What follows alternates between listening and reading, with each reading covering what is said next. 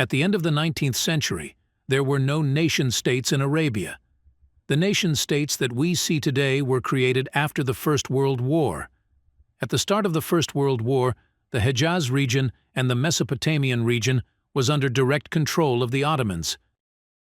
The Hejaz region is very important to the Islamic world as the two of the holiest cities of Mecca and Medina are situated here. The region was locally controlled by the Sharifs of Mecca. The Mesopotamian region was divided by the Ottomans into three provinces which were called Vilayet. These were Mosul Vilayet, Baghdad Vilayet, and Basra Vilayet. During the First World War, an agreement called Sykes-Picot Agreement was signed between British and French, wherein a crude line was drawn on map from Haifa, which is now in Israel, to Kirkuk, which is in modern-day Iraq.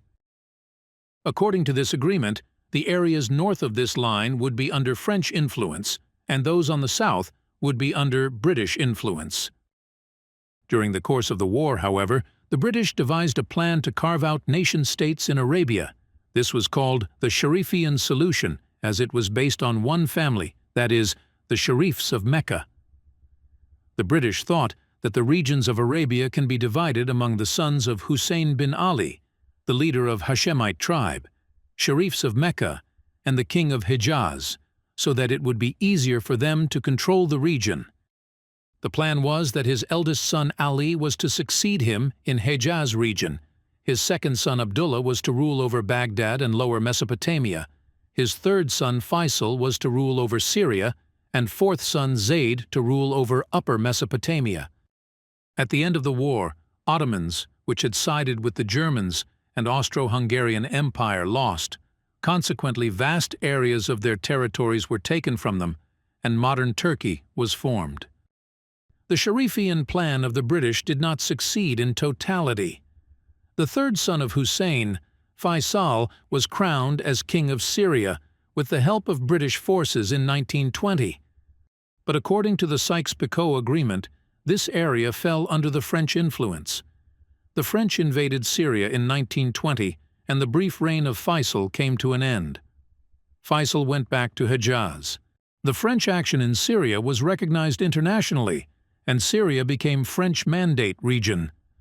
The French ruled Syria till 1936, and during this period, the area west of Mosul was also included in the territory of Syria. Additionally, the French carved out the country of Lebanon for the Christians of the region. In the San Remo Conference held in 1920 in Italy, an important decision was made of making Palestine a British mandate.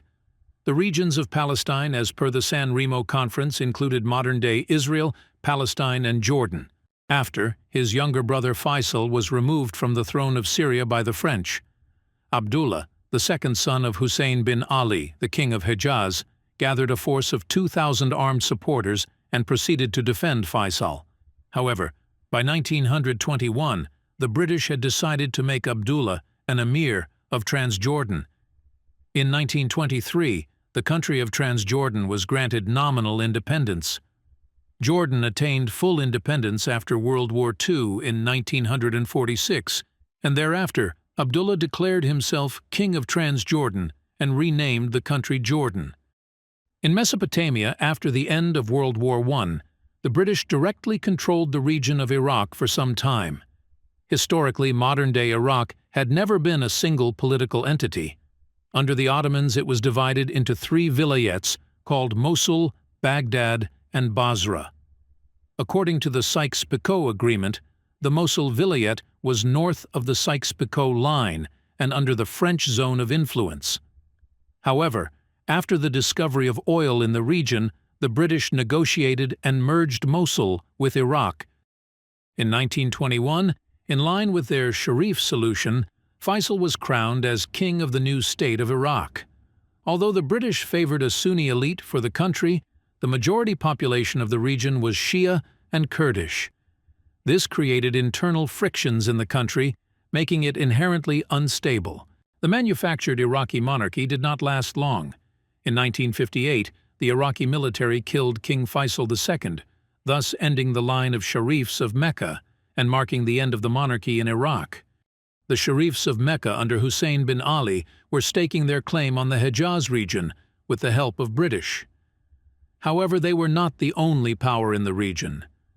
The Saudis that were centered in Najd region were also gaining ground and conquering territories from the Persian Gulf to the Red Sea. By 1925, they had defeated the Sharifs and had driven them out of Hejaz region.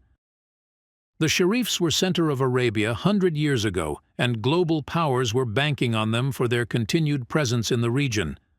However, off the whole family of father and 4 sons, only the dependents of Abdullah, who was made king of Jordan, have survived to maintain their rule.